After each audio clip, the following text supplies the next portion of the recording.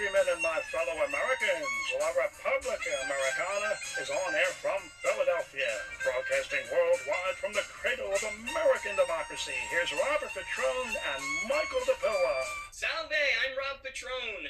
And I'm Mike DePilla.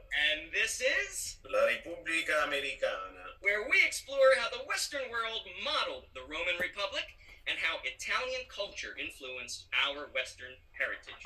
Mike, William Shakespeare wrote a great deal of, unforgettable plays. That's not even the word for it. Like, that's an understatement.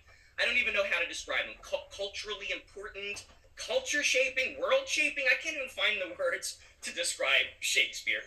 But I'm going to admit something to the world here. It's a little bit embarrassing. Of all of his magnum opuses, my favorite is actually Romeo and Juliet. I know, it's like throwing candy to T-bone steak, but I do love that play. It takes place in fair Verona, so it's got that going for it.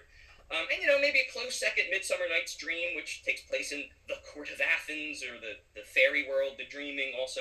And then there's Taming of the Shrew, which took place in Padua, and also a little bit of in Verona.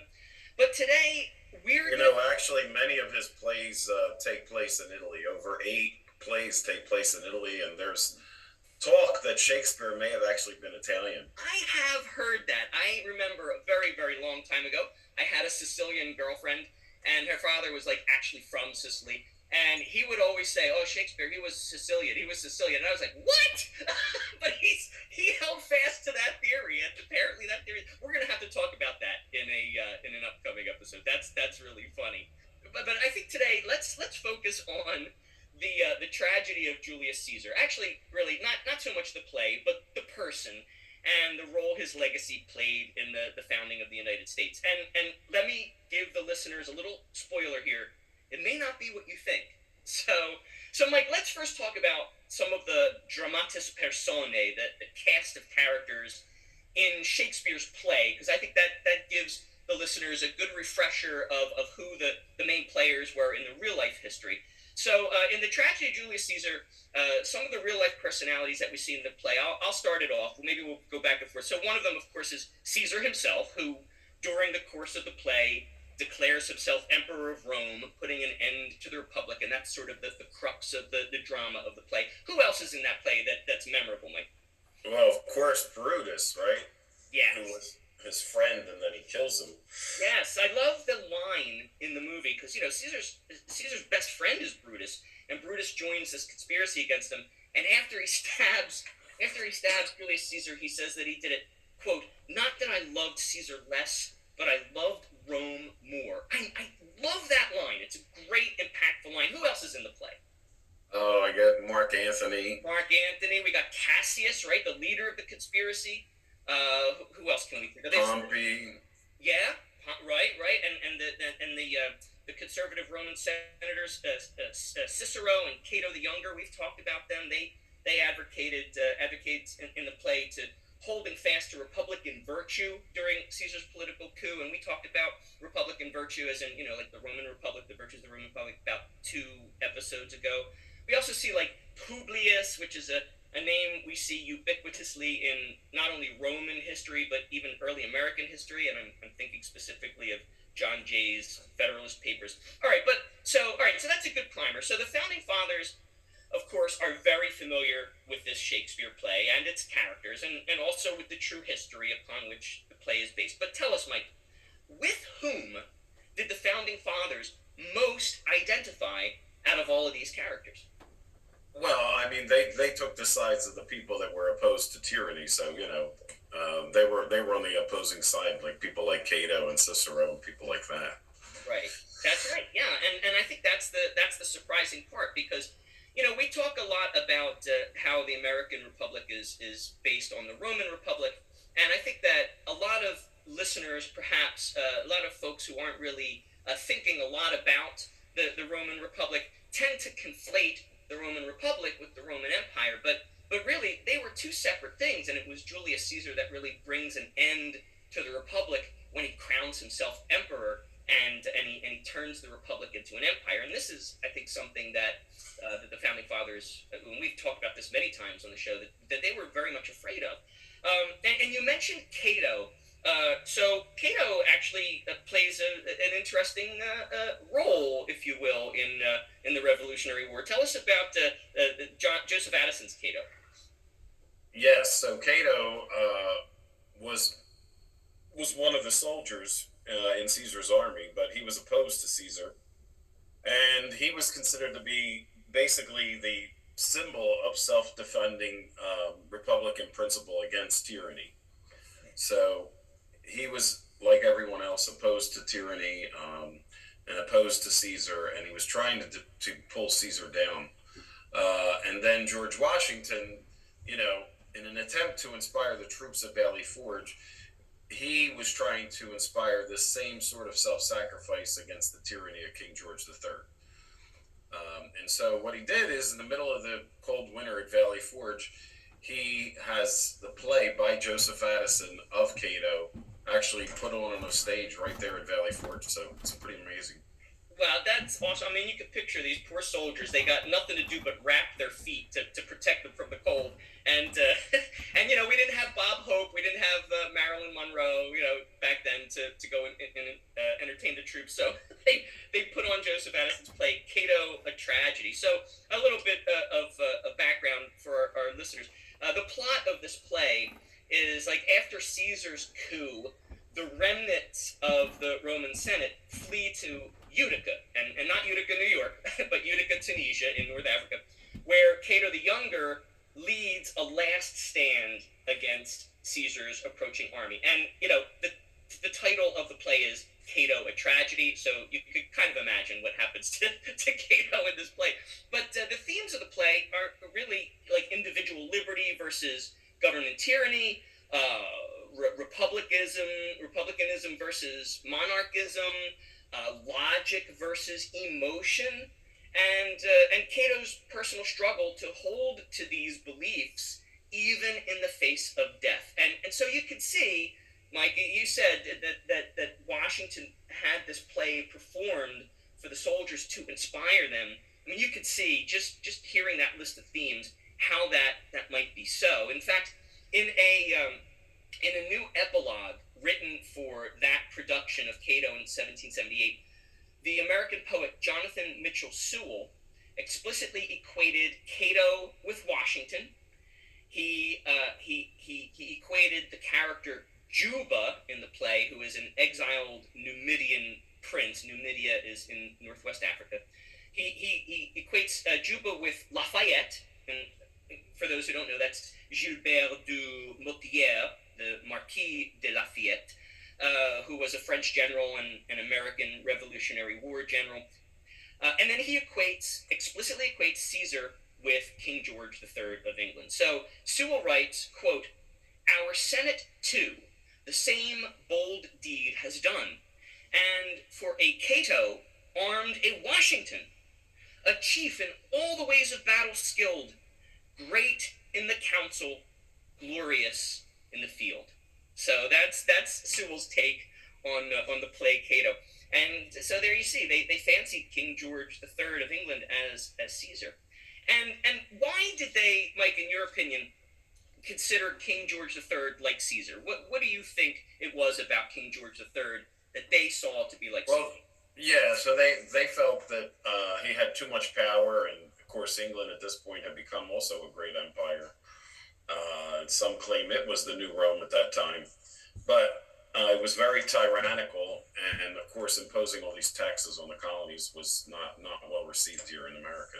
Right, and the worst part was it was not only all these taxes, but taxation without representation. They were taxing our tea, they were taxing our stamps, they were taxing our paper, and they weren't even giving us the flip side of the coin for all of our taxes. They weren't giving us any representation in Parliament. So here we had these basically overlords, these British overlords, telling us this, telling us that, and the settlers had no say in these decisions, and they felt like peons, they felt like peasants, and they did not feel that was in keeping with Republican values, Republican virtues, as we talked about 2 episodes ago. So we listed what we considered to be Republican virtue in that episode.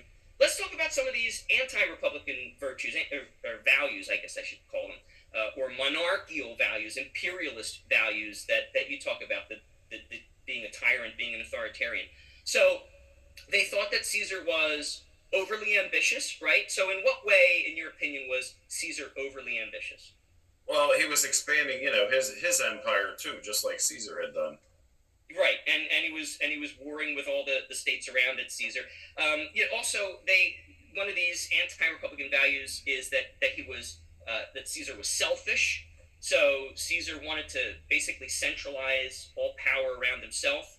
He was a seeker of fame and glory. Like he puts his own face on the coin, right? And it's one thing to for someone else to put your face on a coin, like we did with Washington and Lincoln, but like to do it yourself, it's a little narcissistic.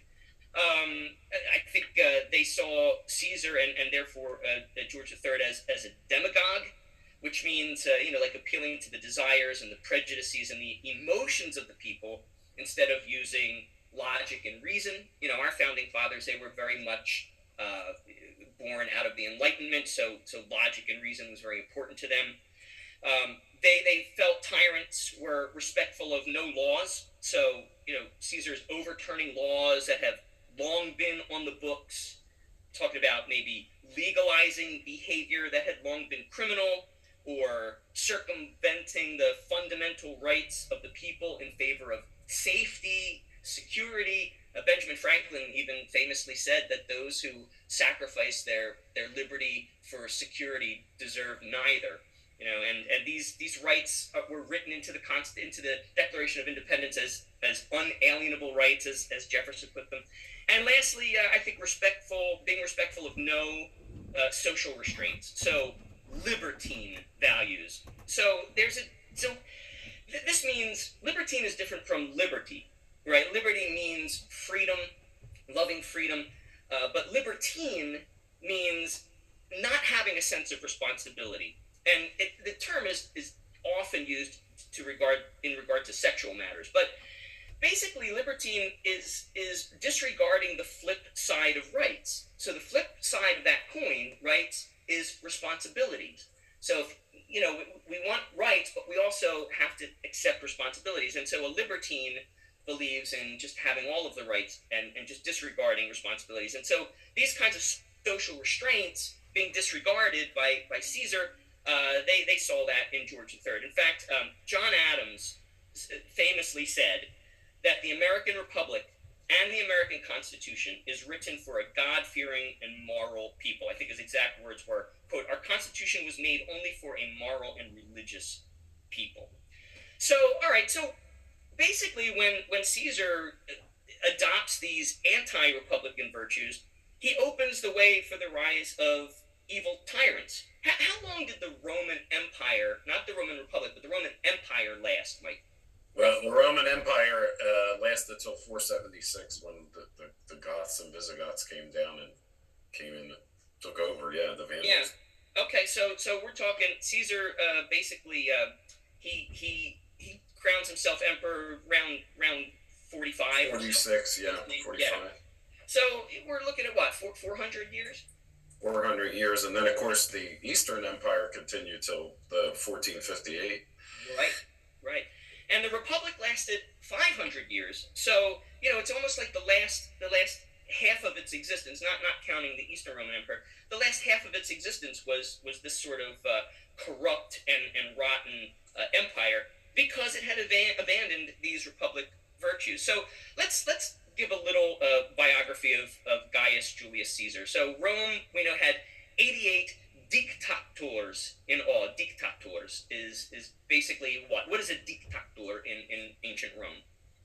Well, in ancient Rome, you became crowned a consul for 1 year.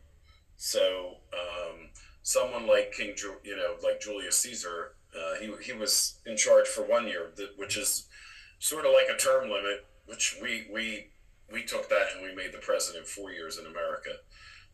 But all the famous people that we know were famous consuls or dictators that we know about, that we've talked about on the show, from Fabian and Cincinnatus all the way down to Caesar.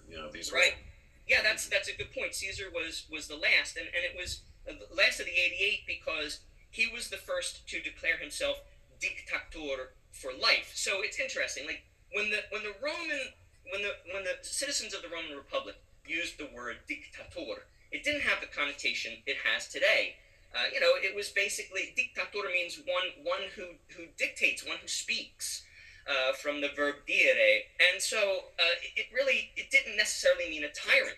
But then I think it was perhaps Gaius Julius Caesar who changes the connotation because he declares himself dictator for life, the emperor, what we now think of as a dictator. He's born into a wealthy family in 100 BC, and then in 59 BC, as you said, he's elected senior consul of the Roman Republic, like a president, for 1 year. But then when he declares himself dictator perpetuus, the dictator for life, he really acted the part. He basically went on a series of empire-building military campaigns against Gaul, which is modern-day France, against Britannia, modern-day Britain, Egypt, which is still called Egypt to this day, puts his face on these Roman coins, but he famously proclaims, Rem publicam sum, I am the Republic. The Republic. Yeah.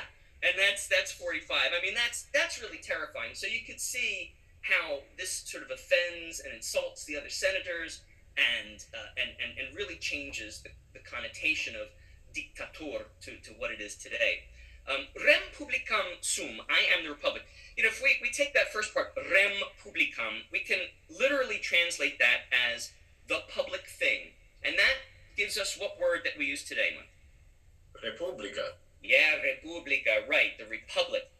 And, it may not be clear to our listeners what exactly is the difference between a democracy and a republic. So let me see if I can give it to us in a nutshell. Basically, in a pure democracy, laws are made directly by the voting majority, leaving the rights of the minority largely unprotected. So Benjamin Franklin, again, famously said, there's a lot of famous sayings in this episode, he famously said that a democracy is two wolves and a lamb deciding what is for dinner.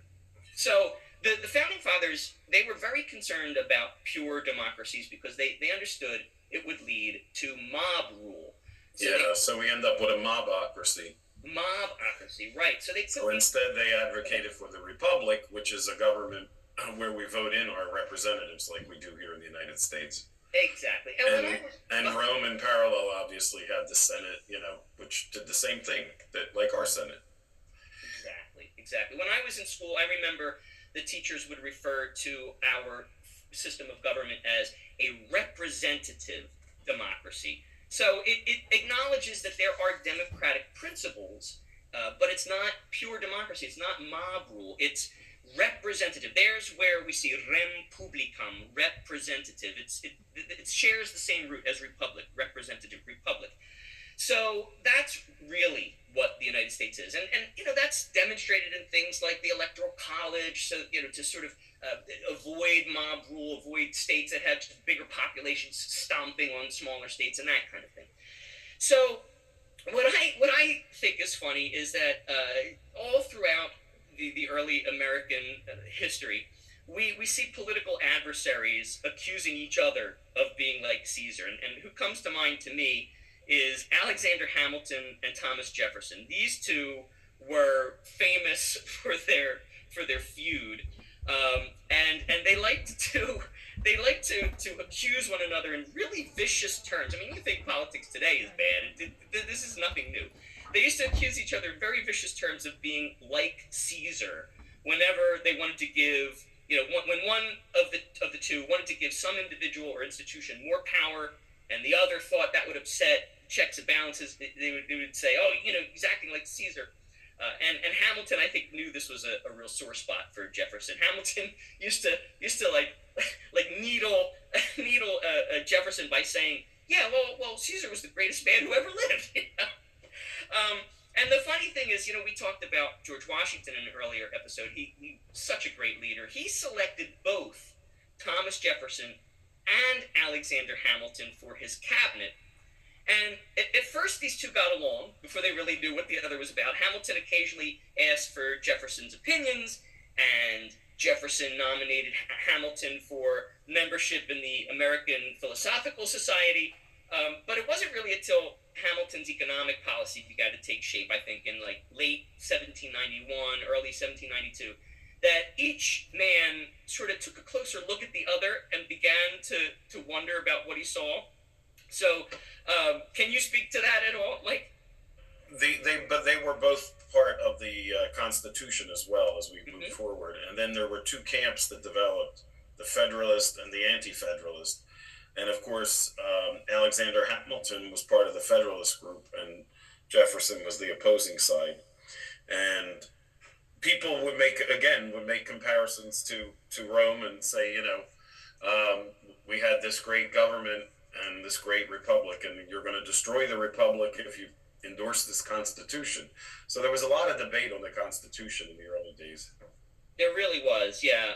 And Hamilton, he becomes Secretary of the Treasury, and he's convinced that he's sort of like a prime minister. In fact, he's often even reported as referring to the Washington administration as my administration. and Jefferson, as he boasted to Madison, believed that Jefferson was being put in charge of all of the domestic affairs of the nation. So obviously, this led each man to view the other as sort of an intrusive busybody, consistently reaching beyond the bounds of his office.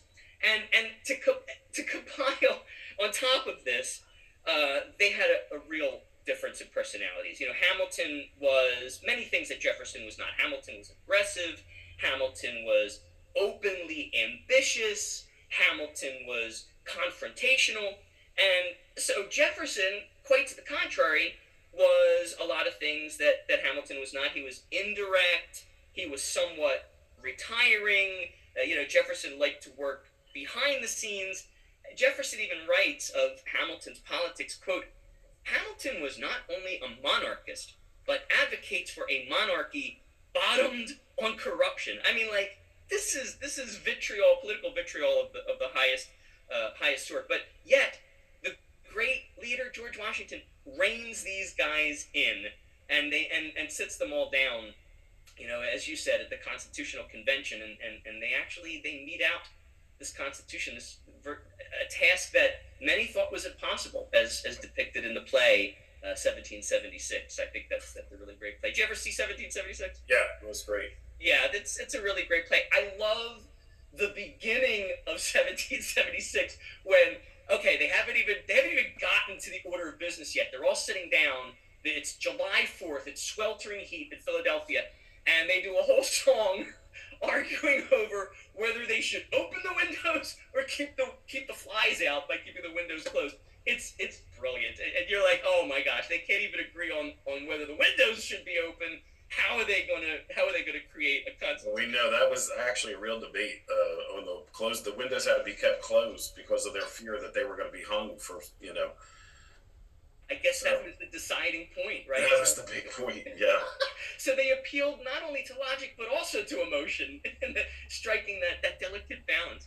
And speaking of plays, I think it's telling that Lin-Manuel Miranda's play Hamilton is all the rage these days, while statues of Thomas Jefferson are being torn down, such as in New York City's City Hall. I'll leave it to our listeners to decide what that means for our culture and our politics in the United States.